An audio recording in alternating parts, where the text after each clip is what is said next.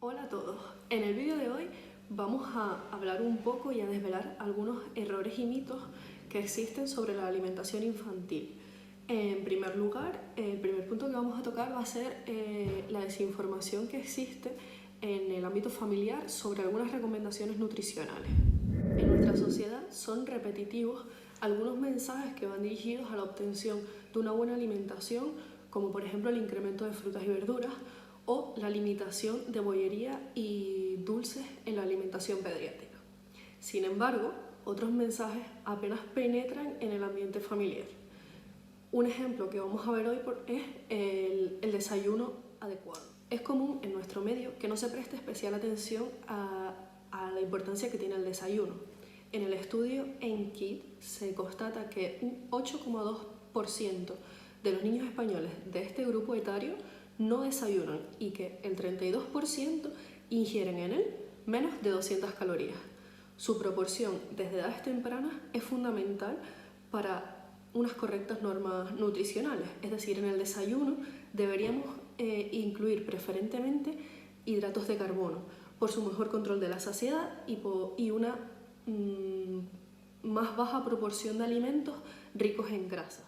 Se aconseja que el desayuno esté compuesto por lácteos, cereales, frutas o zumos de frutas naturales, pudiéndose completar con otros alimentos también ricos en proteínas, como por ejemplo serían los huevos o el jamón, hasta completar así entre un 20 y un 25% de las necesidades energéticas diarias.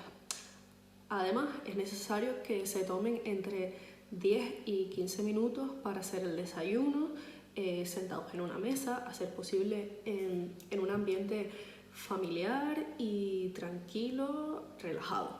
Por lo que habría que despertar al niño con suficiente tiempo para que esta práctica pueda ser así. Así que deberían acostarse también a una hora prudente para que la hora a la que se despierten pues no les suponga tampoco demasiado esfuerzo.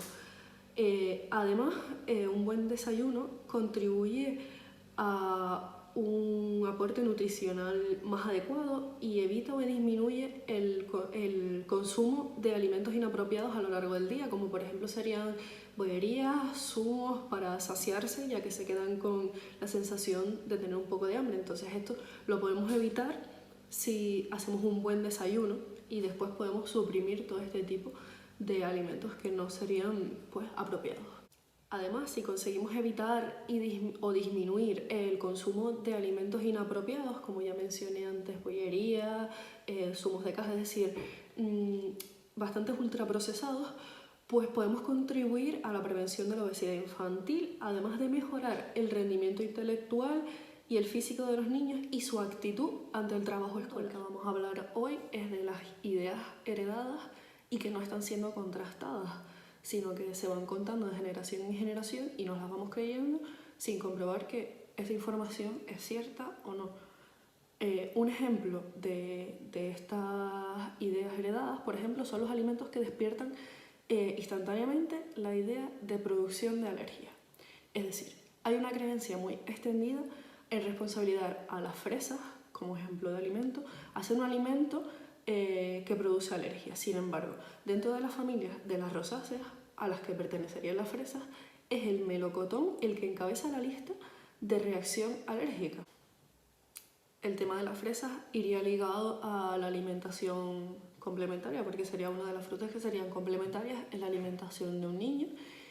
Y aunque en la historia de la nutrición infantil han existido cambios en el orden de la introducción de los alimentos complementarios en la dieta de los niños, existen estudios más recientes que han demostrado que la introducción tardía de la alimentación complementaria se asocia con un mayor riesgo de la sensibilización alimentaria.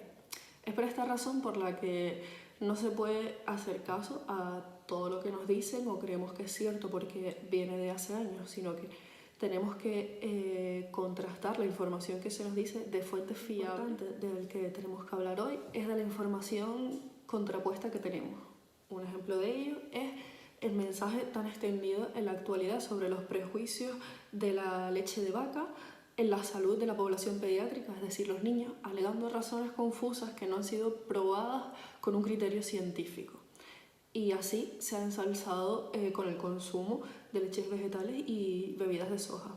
Según algunos datos del Observatorio del Consumo y Distribución Alimentaria del Ministerio de Medio Ambiente y Medio Rural Marino, constatan que existe una disminución del consumo de leche de origen animal en España bastante considerable. Es decir, desde el año 2000 que se empezó el estudio hasta el 2014, que son los últimos datos que ha hecho este observatorio, se ha disminuido en aproximadamente unos 27 litros de leche de origen animal por persona al año.